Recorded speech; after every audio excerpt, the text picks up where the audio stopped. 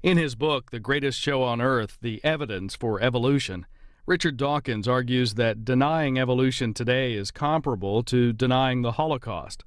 The New York Academy of Sciences in New York City hosts this hour 20-minute event.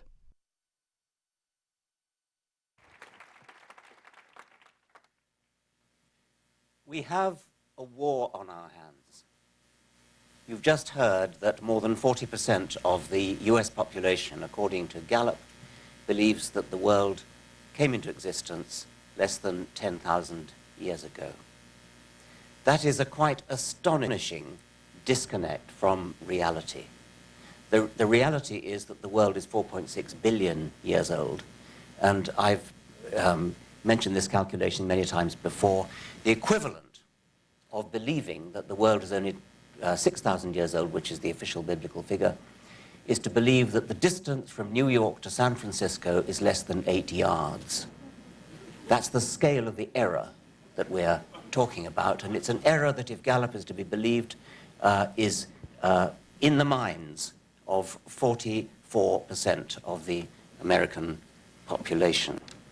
At the beginning of this book, I have likened the predicament of a science teacher today to a Latin teacher, or teacher of Latin and Roman history, having to contend with a sort of rearguard defense, having to put out a rearguard defense of the proposition that the Romans existed at all, and that the Latin language was ever spoken, rather than being an invention to keep Victorian schoolmasters in employment. I've also likened the history denial shown by these young Earth creationists to Holocaust deniers, in the sense that the evidence for evolution is as strong as the evidence for the Holocaust. I hasten to say I'm not suggesting that evolution deniers are motivated by the same sinister political agenda as Holocaust deniers are. They're motivated by a different sinister political agenda. But I don't want to make this book seem like a negative, debunking kind of book. It isn't mainly that. The evidence for evolution is above all positive. It's enthralling. It's exciting. It is the greatest show on Earth. Life on this planet is the greatest show on Earth, and life on this planet may well be the greatest show in the universe, because we have no evidence that anything like the quite astounding phenomena of life are to be found anywhere else in the universe. Maybe they are, in which case life is the greatest show in the universe, still. The first chapter also considers the definition of the word theory, which, as you know, is much misunderstood, and I quote two definitions from the Oxford Dictionary, one of which is the tentative, only a theory, only a hypothesis that needs falsifying or verifying, and the other being the sort of meaning that a scientist uses when talking about, say, the heliocentric theory of the solar system, or the theory of gravitation, or the atomic theory of matter. And it's, of course, in that sense that evolution is a theory, but in ordinary colloquial language, evolution is a fact. Chapter 2, Dogs, Cows, and Cabbages, follows Darwin in making use of domestication, the astonishing power of selective breeding to produce from a wolf, dog, or from the wild cabbage, Brassica oleracea, all the different varieties of cabbage-like plants that we eat, cauliflower, Brussels sprouts, broccoli, and various sorts of cabbage, and so on.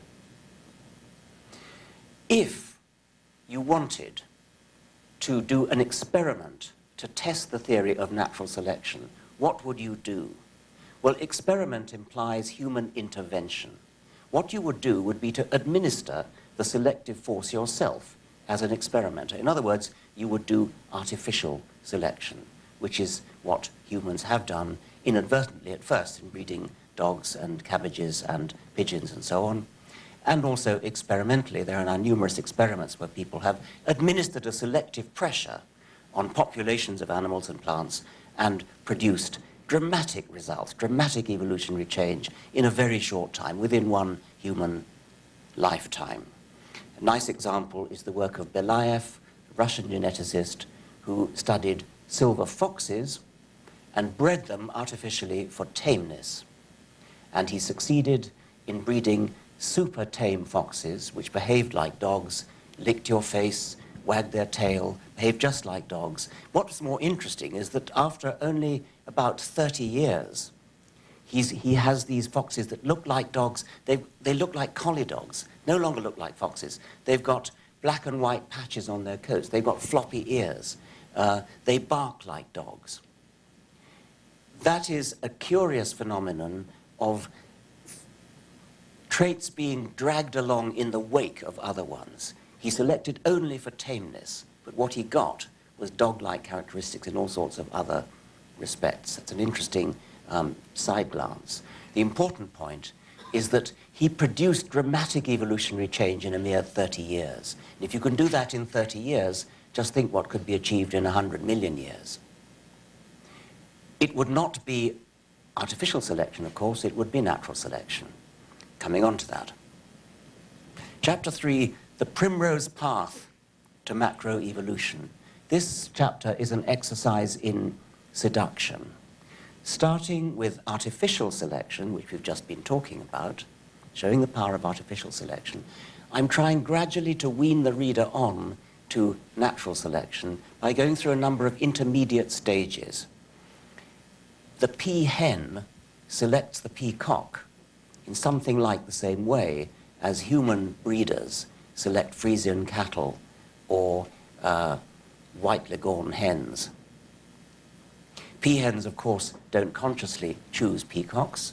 They do choose peacocks on the basis of that which appeals to them aesthetically. You can use the word aesthetically. And the result is the astonishing, flamboyant splendor of the peacock. And the same thing happens with birds of paradise, numerous other birds, insects, fish, amphibians, mammals, and so on. Flowers, the brightness of flowers, the bright colors of flowers, the exotic, the seductive perfumes of flowers, these were, first of all, chosen by insects, choosing the flowers that they would visit to, and from the flower's point of view, pollinate. That's what the flower gets out of it. The insect gets nectar, of course, usually. What the insect started, human horticulturalists carried on with. So something like a wild rose, a pretty little flower, but nothing to compare with the beautiful roses that human gardeners have produced by artificial selection, the beautiful perfumes. What I'm saying, the point I'm making, is that what human selectors have done is simply to carry on where the insect selectors left off. So we can regard insects as doing the same kind of job as human artificial selectors. Anglerfish have a fishing rod sticking out of the top of their head with a bait on the end, and they play their prey, small prey, down into the vicinity, cast the rod down into the vicinity of the mouth. Small fish are attracted to the bait. When they get sufficiently close to the mouth, the anglerfish opens up its great maw, and the inrush of water sucks in the prey. It's obviously a very sensible way to get prey.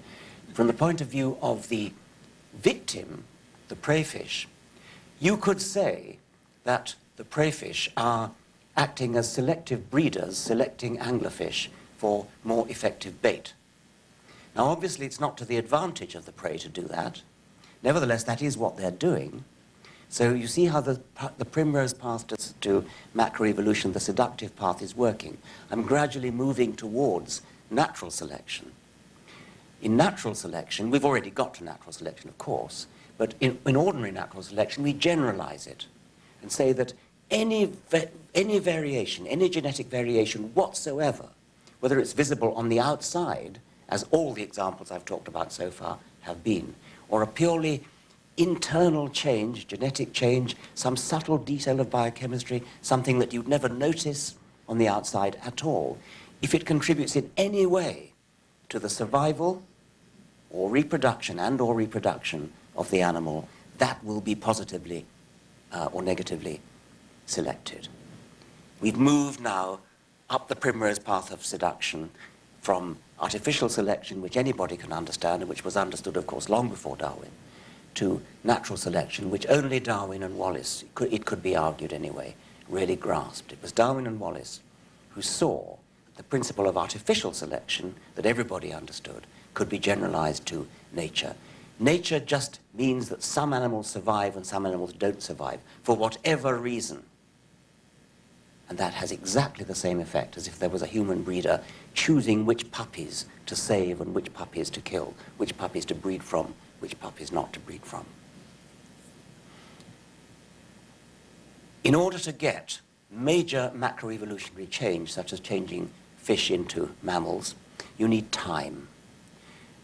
Artificial selection, we've seen that in human terms. In a few centuries, we've seen what can be done. But in natural selection, evolution, we've got hundreds of millions of years.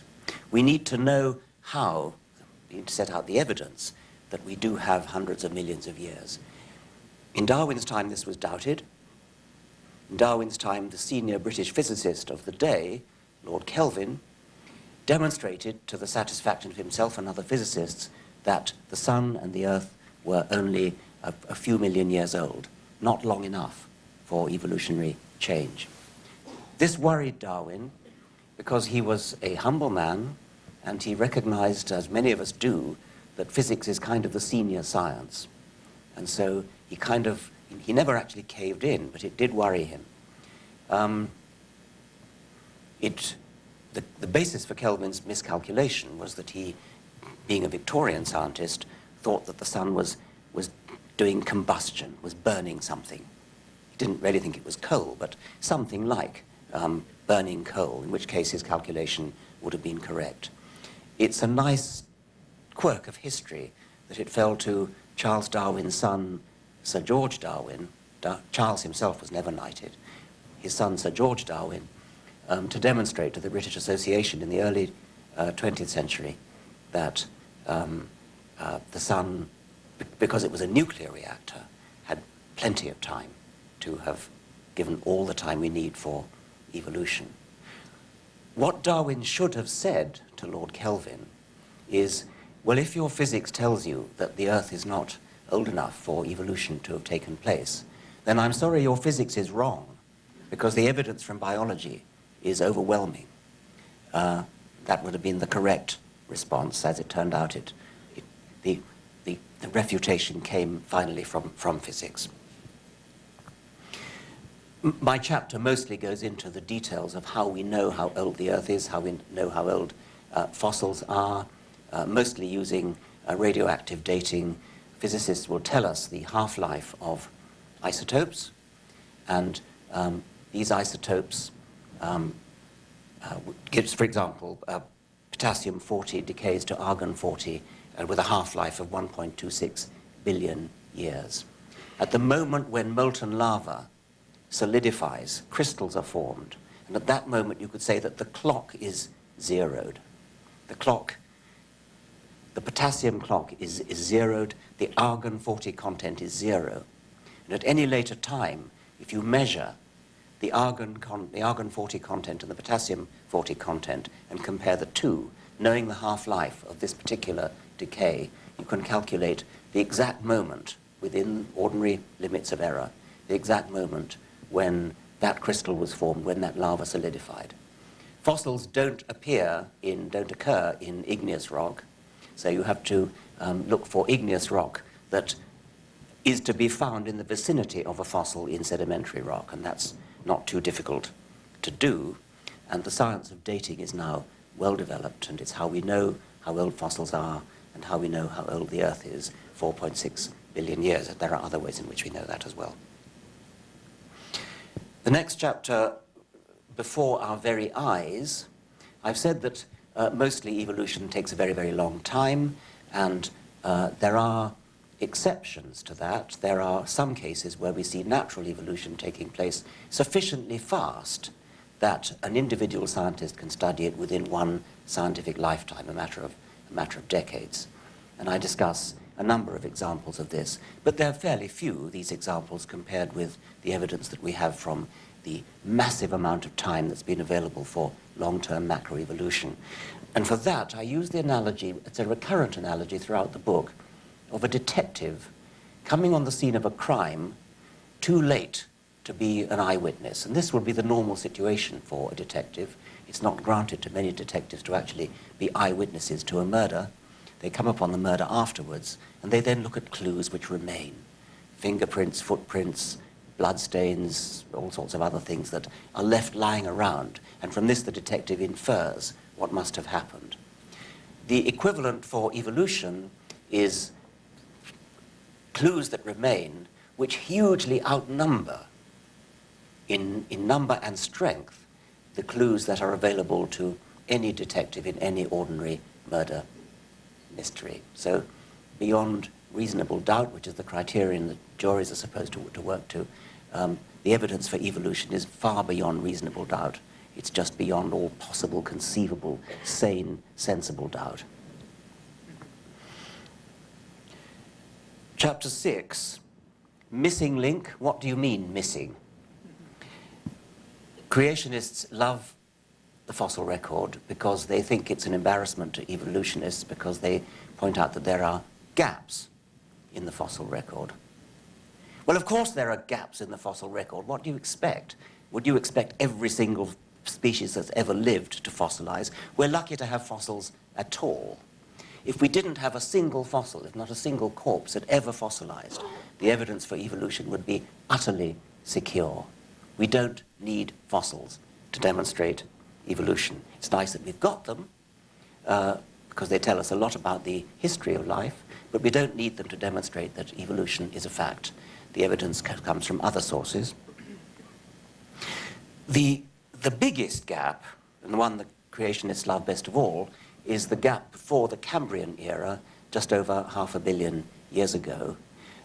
Before that time, there were rather few fossils, and most of the major animal phyla appear relatively suddenly in the fossil record in the Cambrian. I wrote in an earlier book, I'm going to just read a passage.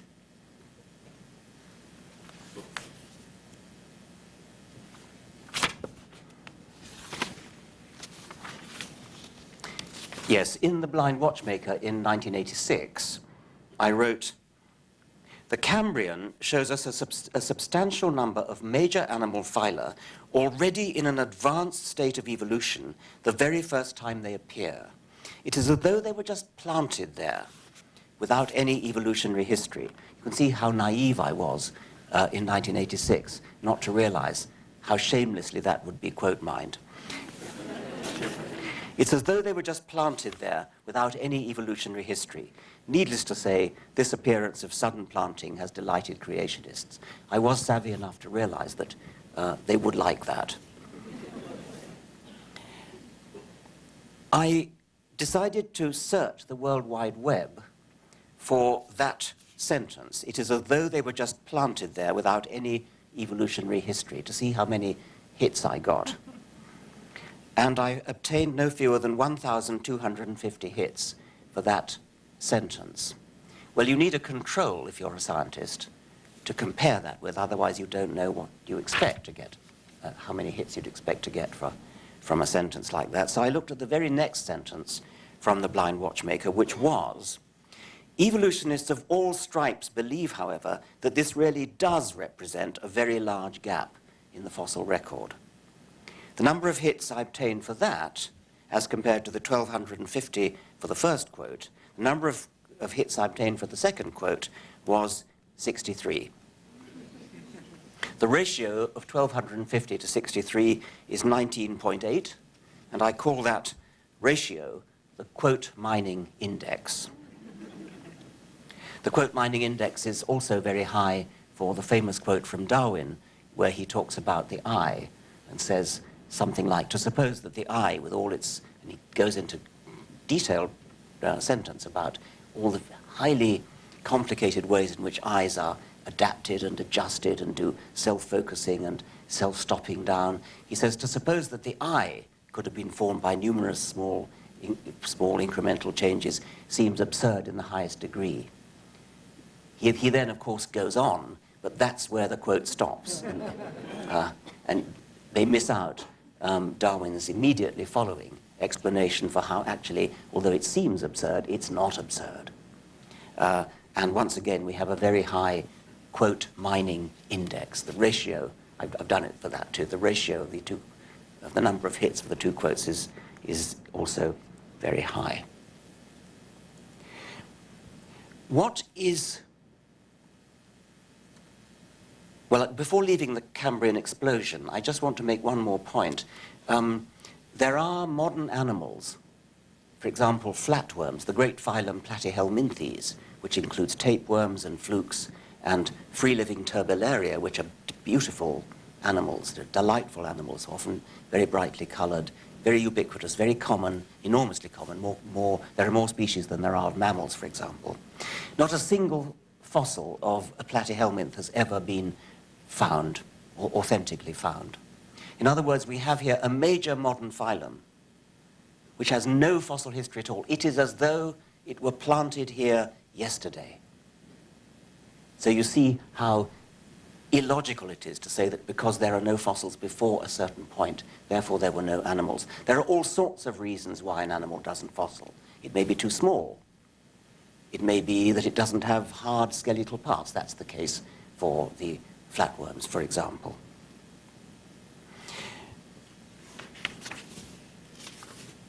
I'm going to read another short passage from this chapter. What would be evidence against evolution, and very strong evidence at that, would be the discovery of even a single fossil in the wrong geological stratum. J.B.S. Haldane famously retorted when asked to name an observation that would disprove the theory of evolution, "Fossil rabbits in the Precambrian." No such rabbits, no authentically anachronistic fossils of any kind have ever been found. All the fossils that we have, and there are very, very many indeed, occur without a single authenticated exception in the right temporal sequence. Yes, there are gaps where there are no fossils at all, and that's only to be expected. But not a single solitary fossil has ever been found before it could have evolved. That's a very telling fact, and there's no reason why we should expect it on the creationist theory. A good theory, a scientific theory, is one that is vulnerable to disproof, yet is not disproved. Evolution could so easily be disproved if just a single fossil turned up in the wrong date order. Evolution has passed this test with flying colors. Skeptics of evolution who wish to prove their case should be diligently scrabbling around in the rocks, desperately trying to find anachronistic fossils. Maybe they'll find one. Want a bet?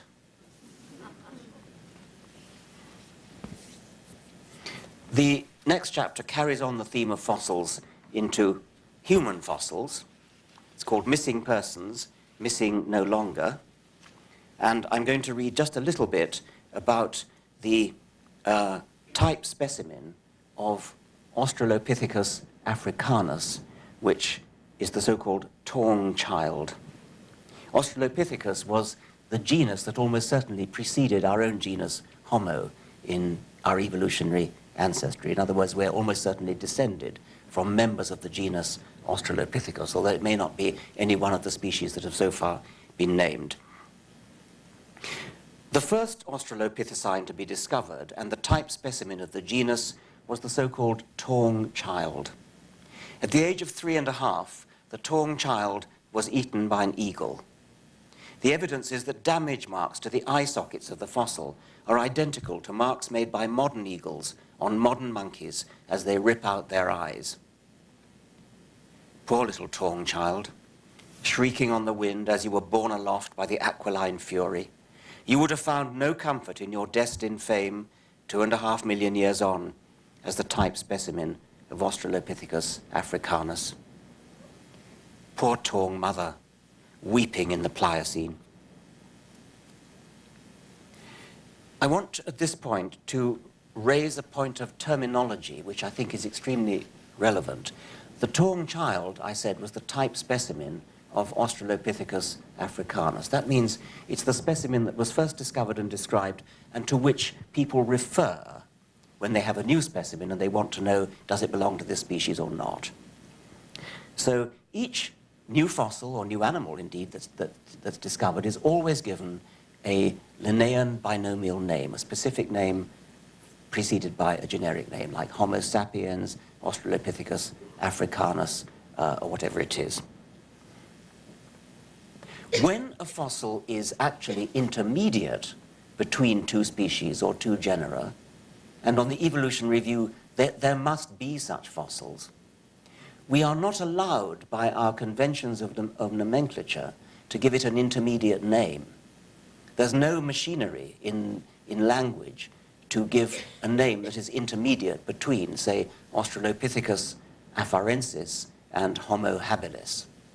Yet, if there must have been a member of the genus Homo that was the immediate child of a member of the genus Australopithecus, but you can immediately see that that's nonsense, because how could a baby be a different genus from its mother? Obviously, in every single case, every baby born is the same species, let alone the same genus, as its mother. If you were to walk backwards down through your ancestral tree, starting with your mother, and then your grandmother, great-grandmother, let's just stick to females for convenience, great-great-grandmother, and so on, you would go back and back and back and back and back, go back as far as you like, and gradually the animals that you were walking past, as you walk past your ancestors, would be gradually, ever so slowly changing into something else. By the time you got back to about 6 or 7 million years ago, you would be looking at an animal which was the common ancestor between ourselves and chimpanzees. And you could then, if you wish, turn around and start walking forwards along the line leading to chimpanzees. At every single point along that sequence, the animals that you are looking at would belong to the same species as their immediate neighbors, which would be their mother and their daughter. They would be more alike than members of species ordinarily are, because they would be mother and daughter. Therefore, they would be more alike. And yet, if you walk back sufficiently far, they would have changed from modern Homo sapiens to a completely different genus. You could go back to a fish using the same technique. And by the time you got to the end of your walk, you would have walked through a continuously changing set of animals, all the way from human to fish. And then you could walk forwards again from fish to, I don't know what, I mean, a kangaroo or something. In every single case, you would be seeing animals that are of the same species as their neighbors in the sequence. And yet the changes are so slow, but yet so persistent, that eventually you'd get back to a fish.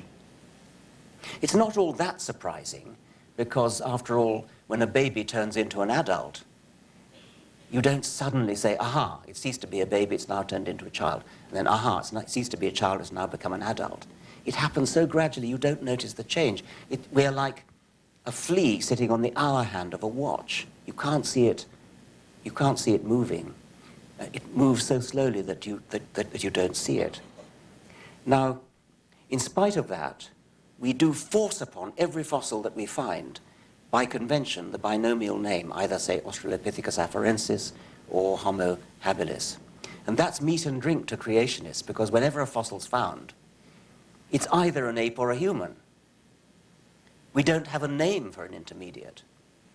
We can't call it an intermediate because we don't have the nomenclatural apparatus to do so, and they prey on that convention. And maybe it's time evolutionists started, while never actually abandoning the Linnaean binomial convention, nevertheless admit that there may be times when a fossil doesn't deserve to be given a name, simply should be called intermediate between some other recognized fossils. Think about it another way. If every creature that had ever lived fossilized, then naming would be impossible. Everything would be intermediate. You'd have to give it a name that reflected the shading between species and genera. The next chapter, I'm just going to read the beginning. That irascible genius, J.B.S. Haldane, who did so much else besides being one of the 3 leading architects of neo-Darwinism, was once challenged by a lady after a public lecture. It's a word-of-mouth anecdote, and John Maynard Smith is sadly not available to confirm the exact words, but this is approximately how the exchange went. Evolution skeptic. Professor Haldane, even given the billions of years that you say were available for evolution, I simply cannot believe it is possible to go from a single cell to a complicated human body, with its trillions of cells organized into bones and muscles and nerves, a heart that pumps without ceasing for decades, miles and miles of blood vessels and kidney tubules, and a brain capable of thinking and talking and feeling. JBS. But madam, you did it yourself, and it only took you 9 months. That chapter is about embryology and the important relationship between embryology and evolution. You can't understand evolution fully unless you have some grasp of the embryonic processes that generation after generation start with a single cell and give rise to an adult, which then reproduces, producing a new single cell, and so on. The processes of embryology are extremely complex. They themselves must have evolved, and that chapter is aimed at that understanding. The next chapter, The Arc of the Continents, is about the geographical distribution of animals and plant species in the islands and continents of the world, which, coming back to our detective analogy, are exactly what you would expect them to be if they had evolved, and exactly what you would not expect them to be if they had been created, especially if they had been released from Noah's Ark. I'll read a short paragraph or two from that chapter.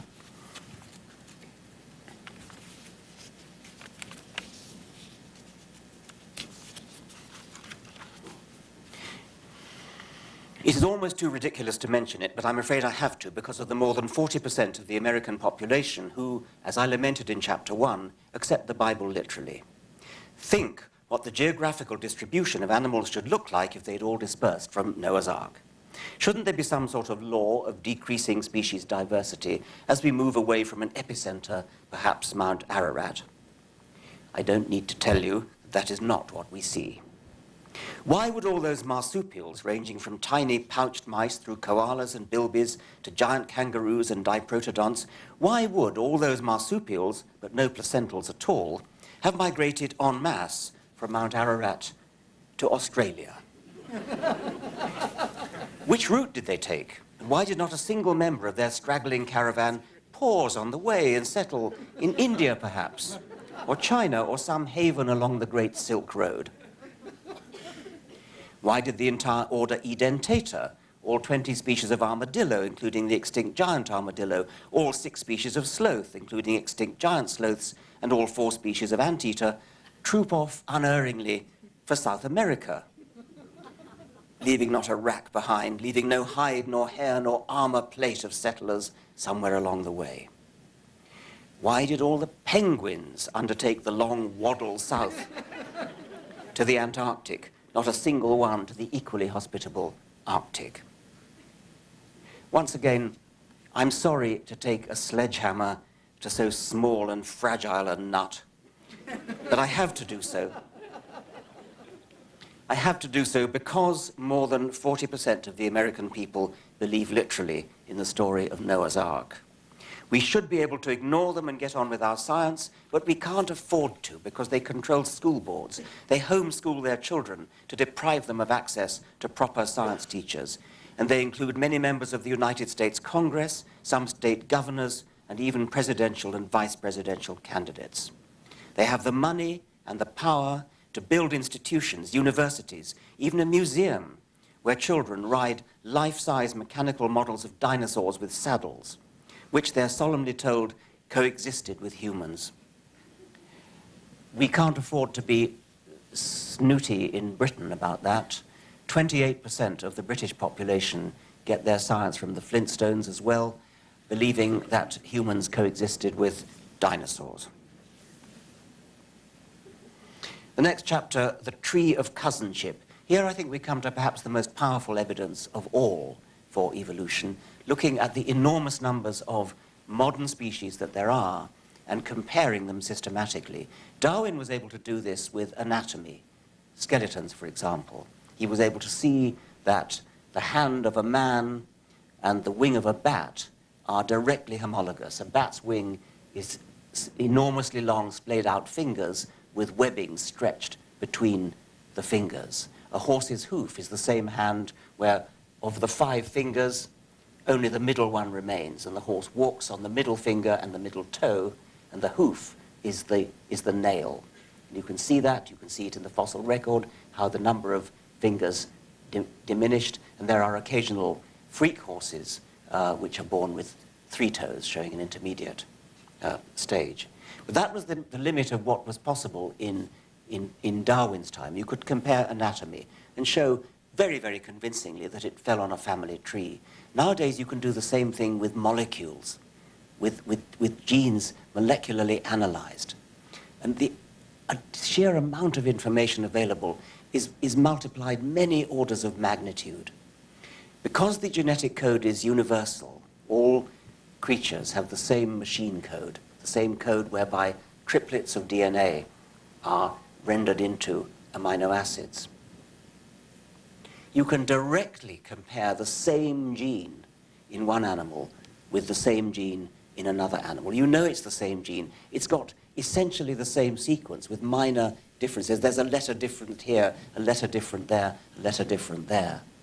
And the corresponding differences appear in the amino acids and in the protein chain that they produce. But you can say this is the same gene, it's doing the same job, it's got the same sequence with these minor differences. And then you can literally count the number of differences between these genes.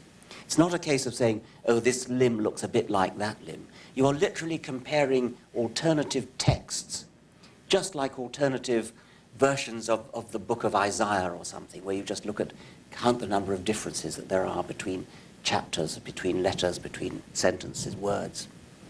And when you do that, for any one gene you like, you find that the differences fall on a beautiful hierarchical tree. What could that be but a family tree? What could that be but a pedigree? Then you do the same thing for another gene, and you find the same tree. And then you do it for another gene, and you find the same tree. Then you do it for a gene which no longer does anything, but you can still sequence it. Nature doesn't read the gene anymore. It's never translated into protein. But molecular geneticists can read it, and they can recognize that it is a defunct version of the same gene. And again, when you compare these pseudogenes, you find the same family tree. There are minor exceptions to that. But in general, it's dramatically true that if you look at different genes, you find they fall on the same tree. What could that tree be but a family tree? The only alternative is that the intelligent designer, the creator, deliberately set out to deceive us and make it look as though evolution had happened when it didn't. That's not a resort that I think many theists would wish to cling to. Next chapter, history written all over us. When you look at modern animals, you don't need to look at fossils, just look at modern animals, and you can see their history written all over them. Look at a dolphin, look at a whale. It's a purely aquatic animal, lives only in the sea. But you can tell from looking at it that it has all the hallmarks of a land mammal. It's descended from a land mammal. Our bodies, any animal's body, has mistakes which no designer would ever have perpetrated, and yet which clearly are understandable if you think historically, if you think this is descended from an ancestor which did things differently. I was privileged to be attendant, I suppose would be the right word, on a dissection of a giraffe's neck a few months ago, while I was writing the book, in fact. And we were dissecting the recurrent laryngeal nerve of this giraffe, which had unfortunately died in a zoo. The recurrent laryngeal nerve is it's a branch of one of the cranial nerves. It starts in the brain, and its end organ is the larynx, the voice box. So you might think that if a designer had made this nerve, he would have made it go straight from the brain to the larynx, which is what most nerves do. This nerve, however, goes right past the larynx, way down into the chest, loops around one of the main arteries in the chest, different one on different sides, and then goes back up to the larynx. In a human, that's a detour of a foot or so. In a giraffe, it's a detour of 15 feet or so. I watched this nerve as it was being dissected out. It goes within an inch or so of the larynx, and it goes straight past it, and then goes on south, on and on and on and on, down into the chest, turns around and goes back up again. No designer in his senses would ever have done that. Yet it makes perfect sense when you think of it historically, when you look back to the fish ancestors of mammals, where that nerve was doing something very different, and the most direct route to what was then its end organ was indeed posterior to the artery that we're talking about. Then when mammal necks started, when fish don't have necks, when mammal necks started to elongate, it might have been possible to loop the nerve over so that it went north of the artery instead of south of the artery.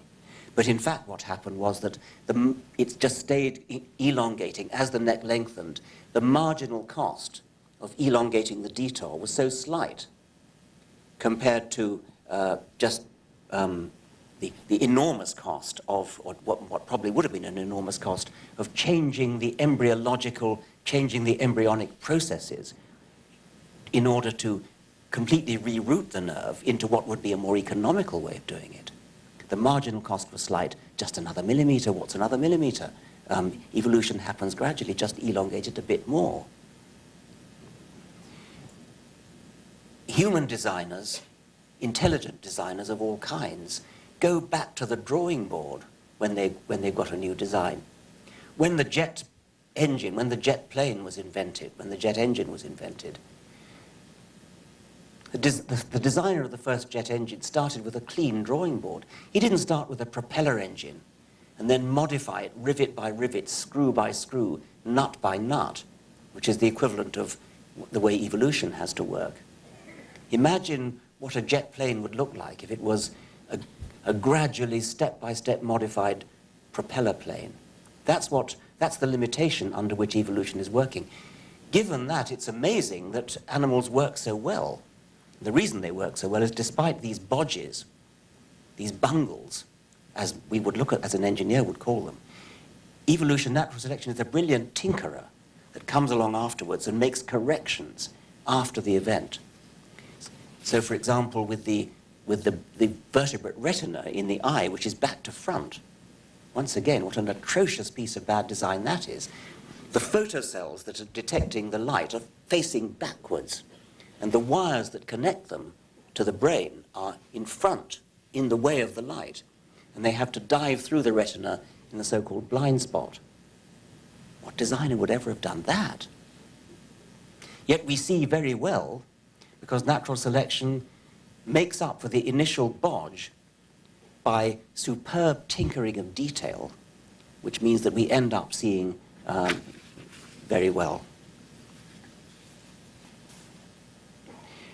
Arms races and evolutionary theodicy, chapter 12. The evolutionary arms race, I think, is a very important and interesting idea. Animals become adapted to their environment, but if the environment is the inanimate environment, like the weather, say an ice age comes, and then a drought comes, and then a flood comes, and something else comes, the evolution of the animals just tracks the environmental change. When the cold weather comes, they get shaggier coats. When the cold weather goes, the coats become less shaggy. This all happens in evolutionary time.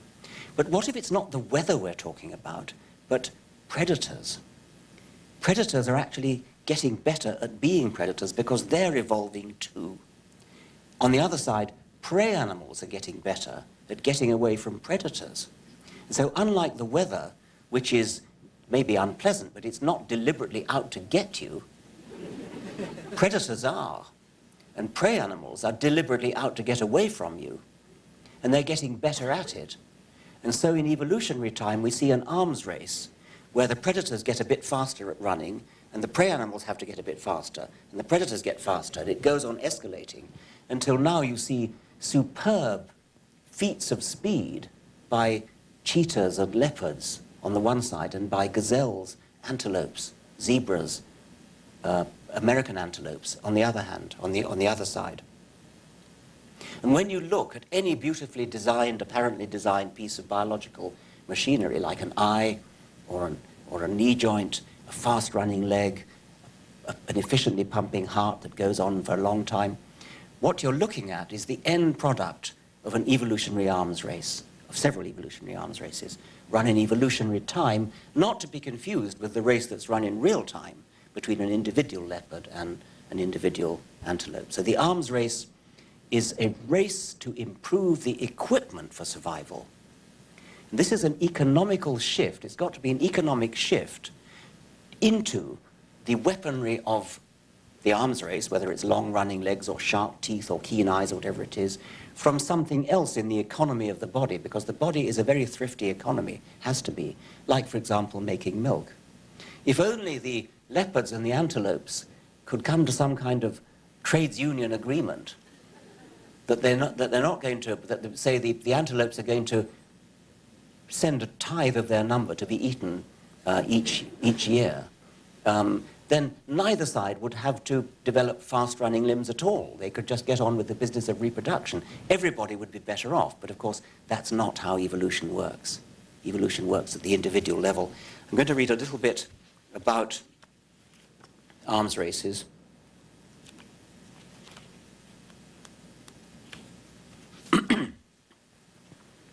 One thing about arms races that might worry enthusiasts for intelligent design is the heavy dose of futility that loads them down.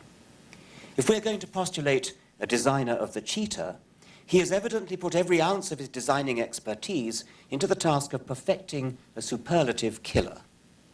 One look at that magnificent running machine leaves us in no doubt. The cheetah, if we're going to talk design at all, is superbly designed for killing gazelles. But the very same designer has equally evidently strained every nerve to design a gazelle that is superbly equipped to escape those very same cheetahs. For heaven's sake, whose side is the designer on? When you look at the cheetah's taut muscles and flexing backbone, you must conclude that the designer wants the cheetah to win the race. But when you look at the sprinting, jinking, dodging gazelle, you reach exactly the opposite conclusion. Does the designer's left hand not know what his right hand is doing? Is he a sadist who enjoys the thrill, who enjoys the spectator sport and is forever upping the ante on both sides to increase the thrill of the chase? Did he who made the lamb make thee? Is it really part of the divine plan that the leopard shall lie down with the kid and the lion eat straw like the ox? In that case, what price the formidable carnassial teeth, the murderous claws of the lion and the leopard? Whence the breathtaking speed and agile escapology of the antelope and the zebra? Needless to say, no such problems arise on the evolutionary interpretation of what is going on. Each side is struggling to outwit the other because on both sides, those individuals who succeed will automatically pass on the genes that contributed to their success. Ideas of futility and waste spring to our minds because we are human and capable of looking at the welfare of the whole ecosystem. Natural selection cares only for the survival and reproduction of individual genes. Now, finally, the last chapter is called There is Grandeur in This View of Life, which you'll recognize as a quotation from Darwin. It comes from the very last paragraph of The Origin of Species. And my last chapter takes each sentence of Darwin's last paragraph and makes each sentence into a section heading of my last chapter. And the body of the section is an exegesis of that sentence of Darwin. And the last sentence of Darwin's book is, "Endless forms, most beautiful and most wonderful, have been and are being evolved." And I'm going to read the last page of the book in conclusion. The fact of our own existence is almost too surprising to bear. So is the fact that we are surrounded by a rich ecosystem of animals that more or less closely resemble us, by plants that resemble us a little less and on which we ultimately depend for our nourishment, and by bacteria that resemble our remoter ancestors and to which we shall all return in decay when our time is past. Darwin was way ahead of his time in understanding the magnitude of the problem of our existence, as well as in tumbling to its solution. He was ahead of his time, too, in appreciating the mutual dependencies of animals and plants and all other creatures in relationships whose intricacy staggers the imagination. How is it that we find ourselves not merely existing, but surrounded by such complexity, such elegance, such endless forms, most beautiful and most wonderful? The answer is this: it could not have been otherwise, given that we are capable of noticing our existence at all and of asking questions about it.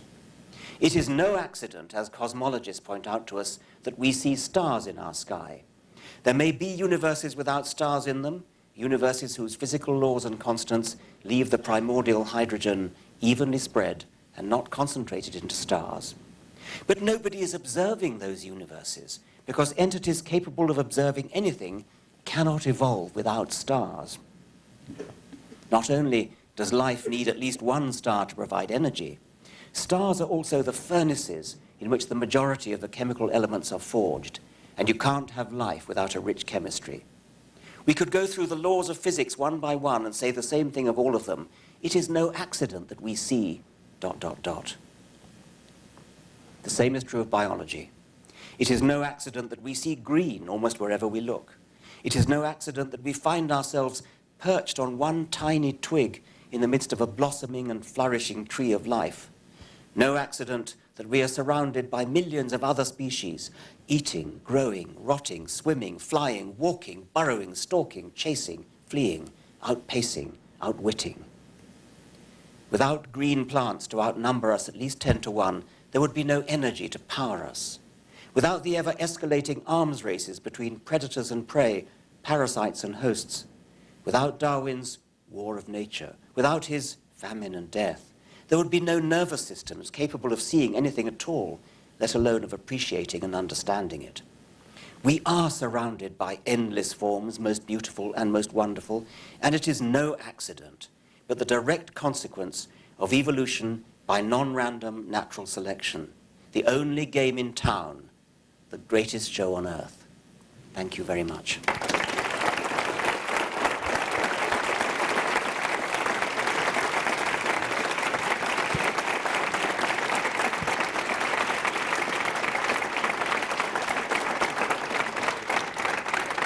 I'm very happy to take questions.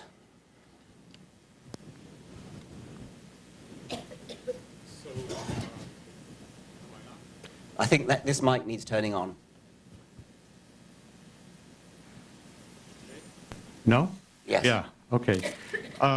So I think there are intelligent designers at work. They're called molecular biologists.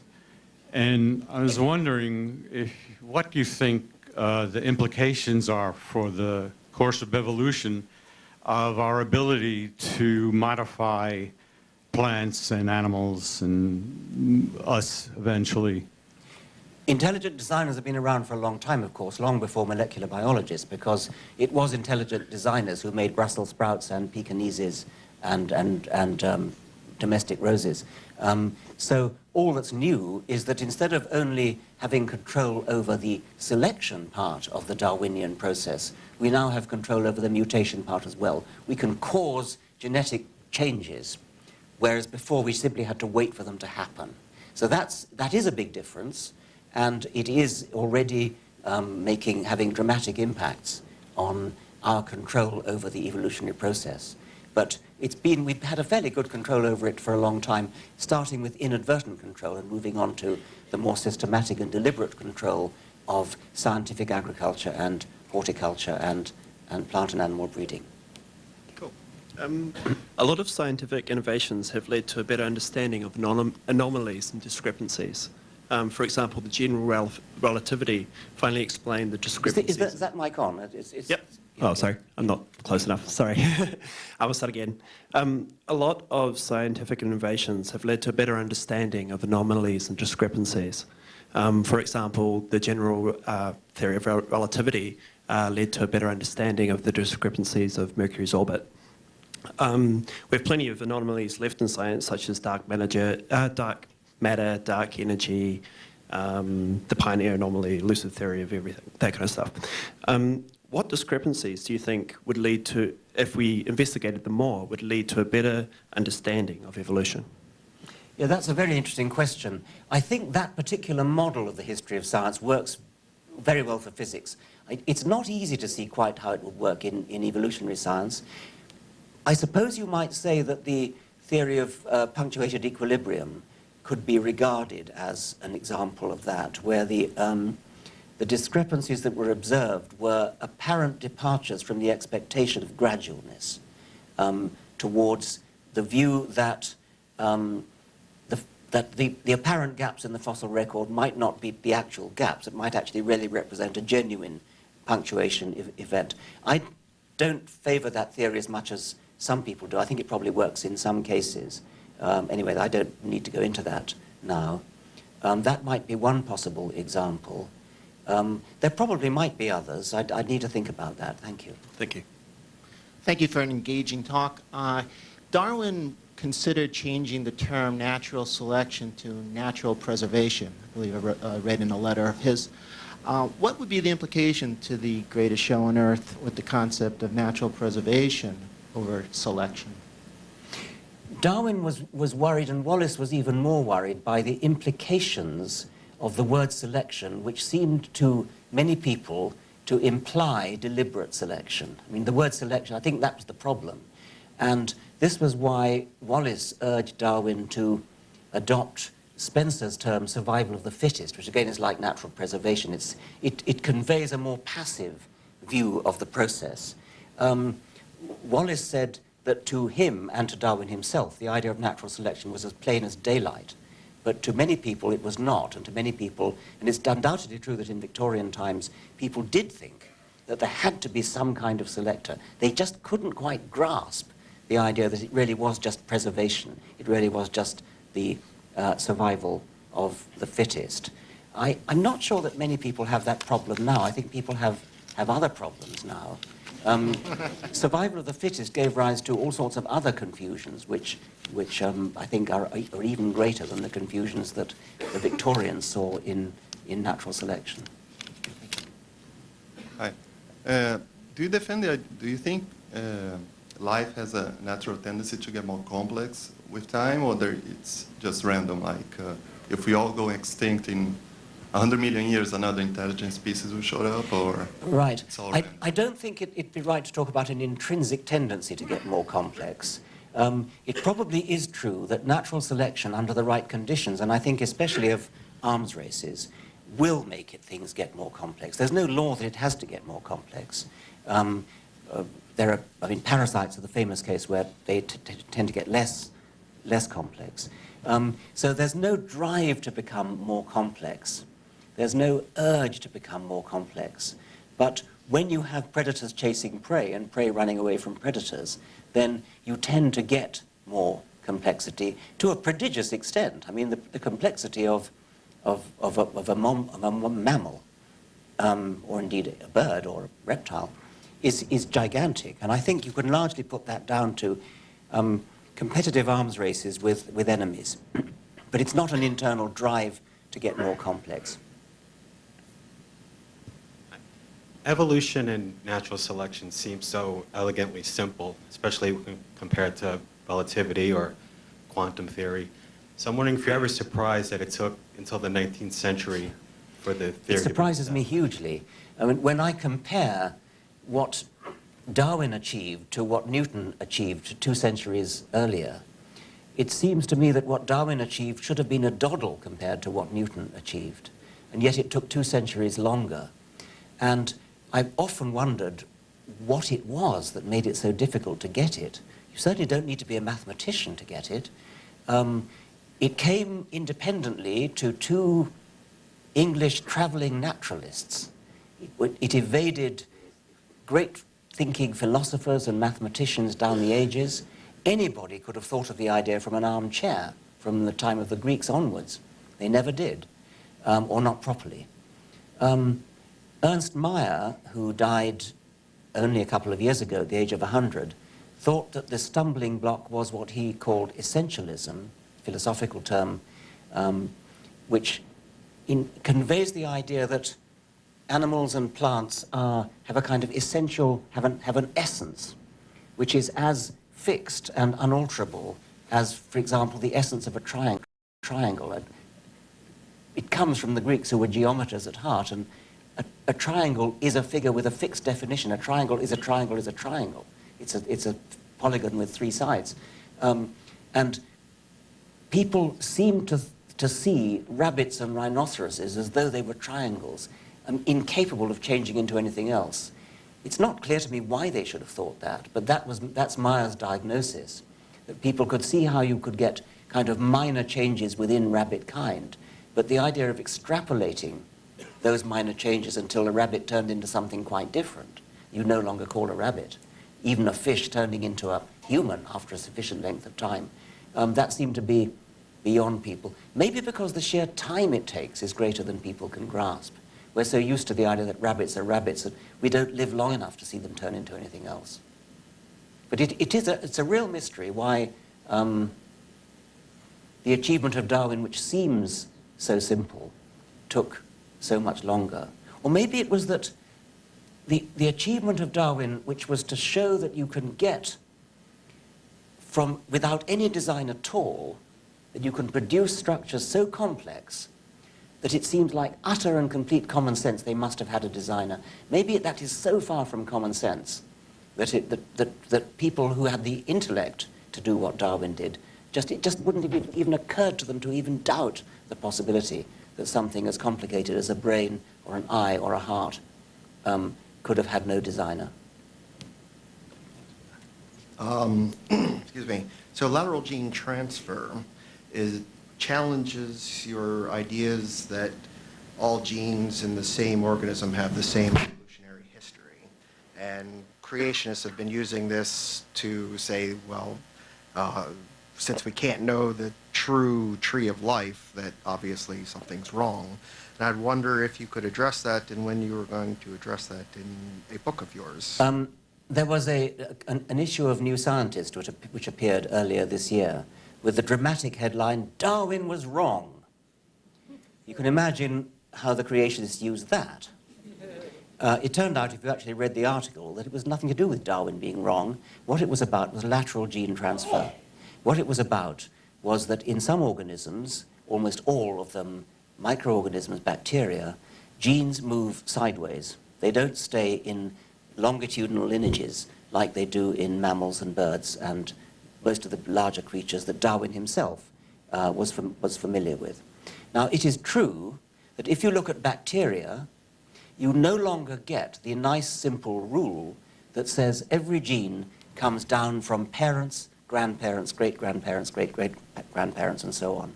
Because we have that rule in the animals we're familiar, and plants that we're familiar with, the tree of life is a simple branching tree. It never meets branches. Once they've separated, once the species has split into two, and there's a little bit of a sort of fudge going on while they're splitting when some kind of crossbreeding becomes possible, is possible, remains possible. Once they've split sufficiently far apart, they no longer interbreed, and there is never again any lateral gene transfer. From then on, the tree of life goes on branching and branching and branching without any anastomoses, without any networking, without any crossing over. That's not true of bacteria. In bacteria, they promiscuously and liberally adopt a kind of copy and paste policy with respect to genes.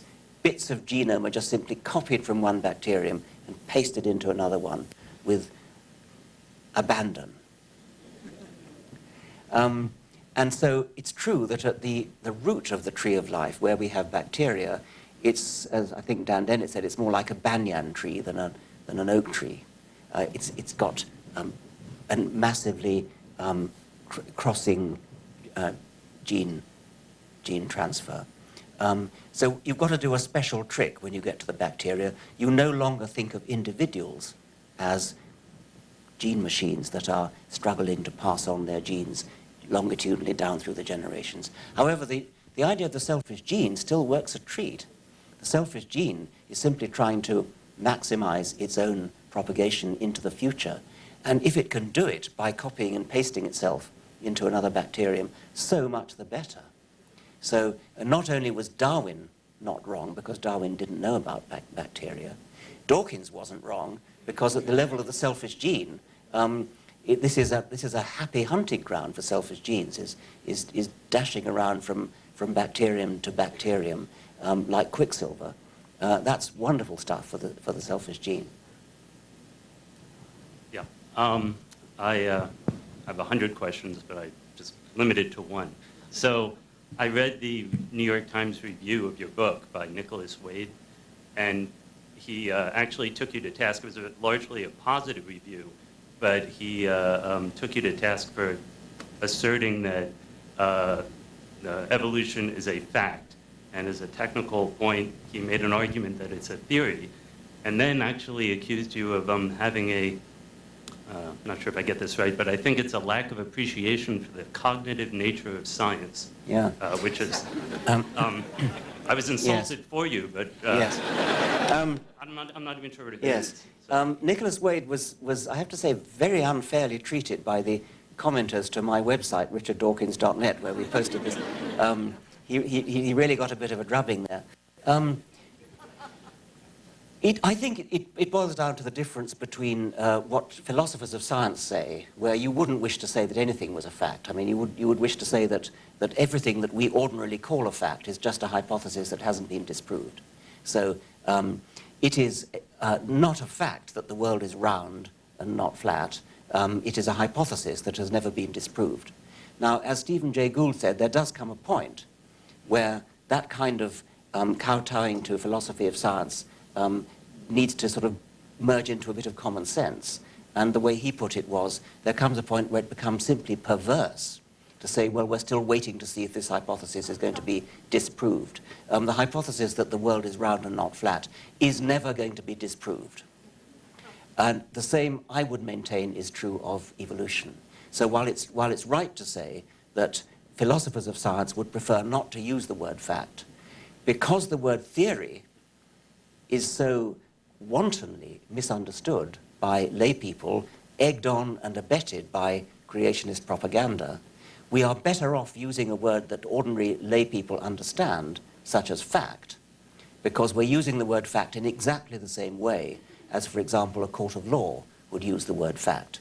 If a lawyer wagged his finger at you and said, is it or is it not a fact that you were in New York on the night of September the 24th, you would not say, well, it's a hypothesis that's difficult to disprove or something of that sort. You would answer, the lawyer would have you on toast if you said something like that. You would have to answer either it's a fact or it's not a fact. That's the sense in which evolution is a fact. The same as the fact that I'm standing at a wooden lectern in New York City. Hi. It seems like we're making good progress as a species and a society. We don't think that the Earth is the center of the universe, and we're not like using leeches anymore to treat people. Well, some people are, but leeches are coming back. And in our country, you know, we're moving towards being allowed to do stem cell research, but at the same time, we've got like Sarah Palin. And like we had a president who said that the jury was out on evolution. So do you think that we really are moving in the right direction overall? And are these things just sort of setbacks that we shouldn't lose too much sleep over? I do think setback's a good word. I think what we have is a progressive movement which is not steady but has a kind of sawtooth effect to it. There's politics going on here, of course. When something like the Sarah Palin phenomenon is probably not really about scientific truth. It's probably about political, what shall we say, grievances. Maybe there's a sort of inferiority complex among people who don't have a very good education against people who do.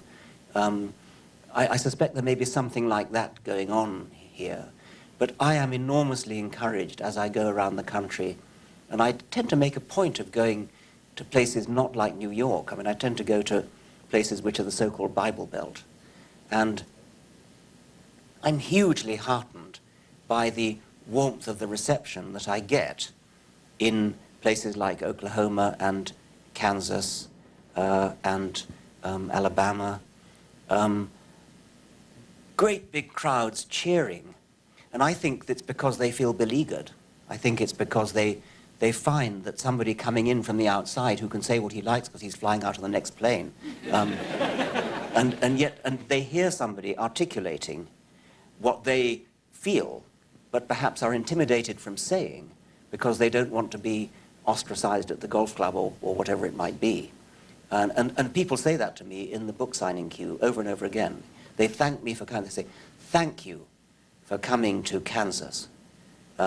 We needed somebody to say what you've just said. This is what I feel. And they suddenly notice a whole lot of other people in the hall, thousands in some cases, and they recognize that they're surrounded by people. Admittedly, they're in a minority, but they can see that they're not alone. And I think that's leading to a change. I think you see it on the internet. I think it may be leading to a sort of critical mass phenomenon, whereby once the numbers of such people grow beyond a certain point, it'll suddenly go, and you'll suddenly notice a dramatic change.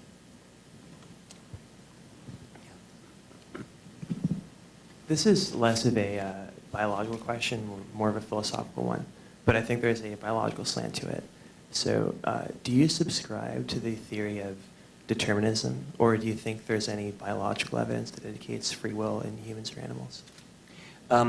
Determinism,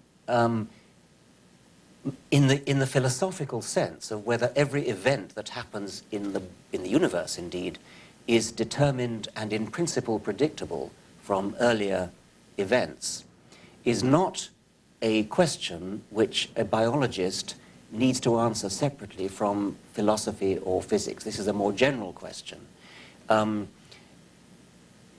Physicists may answer using the idea of quantum indeterminacy, and that might be relevant to biology if quantum indeterminacy affects biological events, such as whether or not a nerve cell fires at a particular moment or not.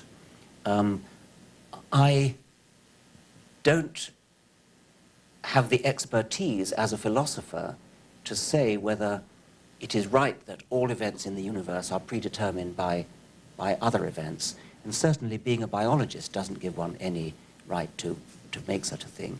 What I can say as a biologist is that the idea of genetic determinism, which is a much more restricted meaning of the word determinism, the idea that everything about us is determined by our genes, is not justified by the facts, and is nothing whatever to do, contrary to many critics, nothing whatever to do with the theory of the selfish gene. The theory of the selfish gene has been widely misunderstood as a genetic deterministic theory, misunderstood by those many people who have omitted to read the rather large footnote to the title of the selfish gene, which is the book itself.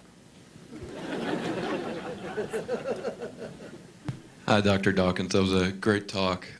My question also is a little bit philosophical, as specifically the extension of evolution beyond biology into a term you coined and an idea that's often attributed to you, and that's memetics. It seems like you've been a little, or from what I've read, a little bit hesitant to endorse the idea. I know you're not, you're not against it or anything. I read your foreword in Susan Blackbourne's book, but I was wondering if you had, what reasons you had, or why you weren't such a proponent. My hesitancy is just that I was never intending to offer a theory of human culture. That would have been presumptuous coming from a biologist. What I was trying to do at the end of The Selfish Gene was to downplay the importance of the gene as the only unit of natural selection. The whole of the rest of the book emphasized the gene as the unit of natural selection, because genes do have certain very important properties, namely high fidelity self-replication and a powerful influence over the world, which affects their own probability of being replicated, namely through phenotypes. And so in ordinary biology, you cannot do Darwinian theory without talking about genes. However, a generalization of Darwinian theory, such as might take it to other planets, for example, would look for any kind of self-replicating information which had those same properties of high fidelity coupled with the ability to exert power over the probability of self-replication. And I speculated that on other planets, if there is life, it will be Darwinian life, but it probably won't be DNA-based life. It'll probably be some other kind of self-replicating coded information. And then I suggested, to make it easy to understand, maybe we don't need to go to other planets. Maybe we've got one staring us in the face on this planet. And that was where memes came from. Maybe the sort of soup of human culture, which is all our brains interacting with each other and passing information when we copy, when we imitate, when information flows from one brain to another. Is it possible to identify units of information being transferred which have high fidelity and which perhaps have power over their probability of, in this case, being imitated, and I think they are. I mean, I mentioned things like tunes that people whistle in the street and that other people pick up. You catch it like a virus, and you hear this damn tune and it goes around in your head and you can't get rid of it. And so you whistle it and somebody else hears it and he whistles it and somebody else hears it and whistles it, and it will spread through a whole lot of people. And the same could be true of all kinds of things, clothes, fashions, not just in humans. I mean, habits. Great tits in England, when we had milk bottles delivered on doorsteps, learned, individual genius great tits and blue tits, learned to open the milk bottles, and then others watched them and imitated, and it spread literally like an epidemic. You could actually trace this habit, non-genetic, it's entirely non-genetic, spreading like an epidemic, like a measles epidemic, around the country through various focal points. Natural selection theoretically could work on replicators of that kind. And in that case, we would have mimetic selection, mimetic evolution. Excuse me. My question is actually more of a comment or observation. Sometimes I feel that part of the problem with the lay public not understanding evolution is that we evolutionary biologists don't always give a complete answer. So for example, when asked to explain evolution, we usually go into something that explains natural selection and give an example like the industrial melanism moss or antibiotics or pesticides. But at the end of the day, you've still got moths or bacteria or insects. And it seems like that what we usually forget is that in the process of speciation, you need to have geographic isolation producing reproductive isolation. And we oftentimes leave that out. And well, we oftentimes do, but I'm happy to say I didn't. Yeah, and you're absolutely right. And I didn't talk about peppered moths at all. And what we need are more examples of the speciation process than just natural selection. Okay, I take your point. Good. Yes, Professor Dawkins. The extraordinary similarities between ourselves and other species that evolutionary biology helps us understand, do you think it has an ethical implication in terms of our treatment of non-human animals? I mean, in my understanding, you are not a speciesist.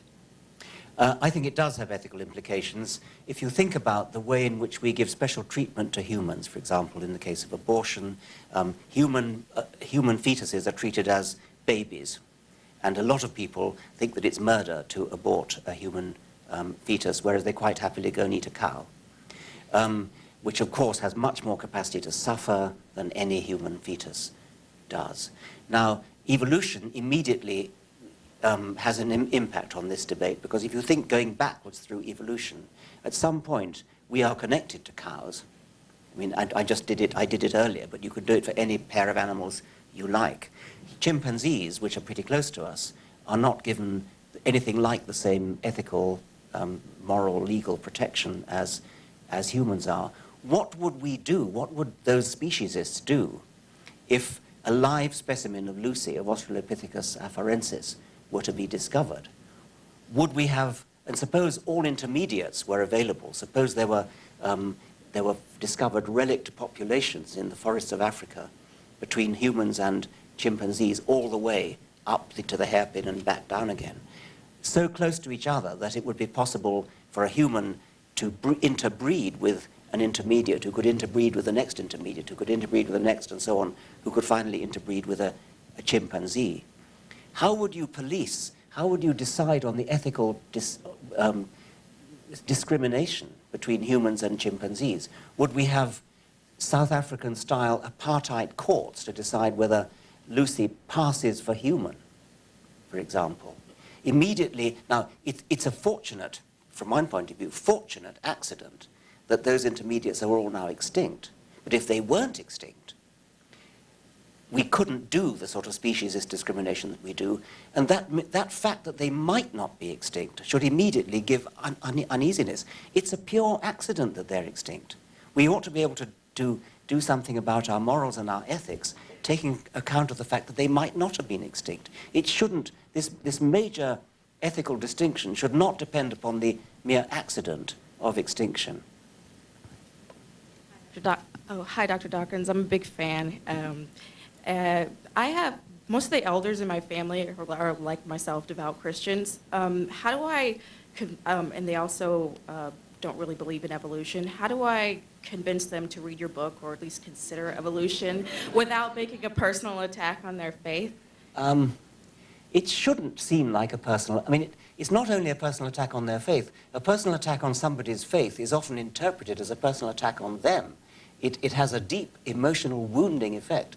It's like saying they have an ugly face or something like that. So it's very difficult. I mean, I think you can only reason and say, look, the disagreement is a mere disagreement about cosmology, about biology. Why should this be such an immense barrier? Why should you resist so strongly when you don't resist an argument about the quality of a piece of music, or the quality of a football team, or the quality of a play, or the quality of a book? But when it comes to religion, you suddenly feel all emotionally bound up with it. I should have thought that wouldn't be beyond the grasp of most people. But I admit it is very, very difficult, and I wish you luck in your endeavor. You know, dogs and wolves still can interbreed.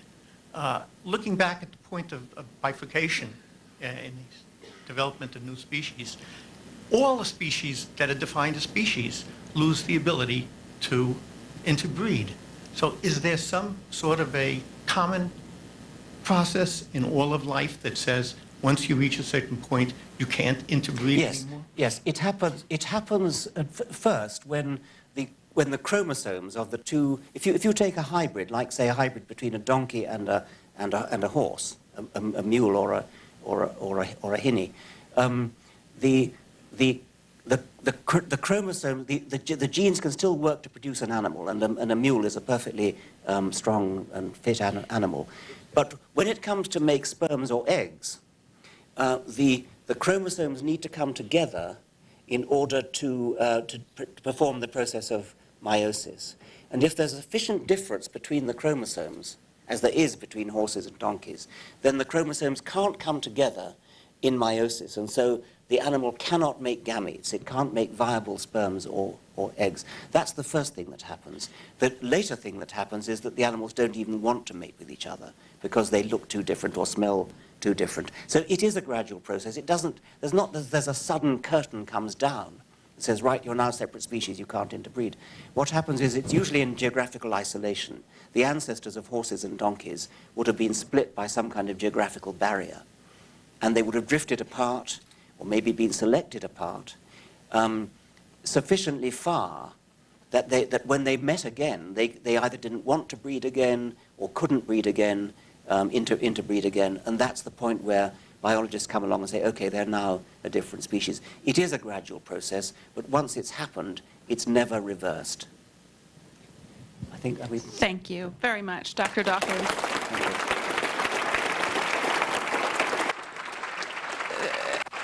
I just want to say thanks for taking our questions. Thanks for great questions. I appreciate it.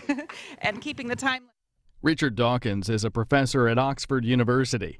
He's the author of The Selfish Gene and The God Delusion. For more information, visit richarddawkins.net. Among other titles, Tina Brown is the co-founder of the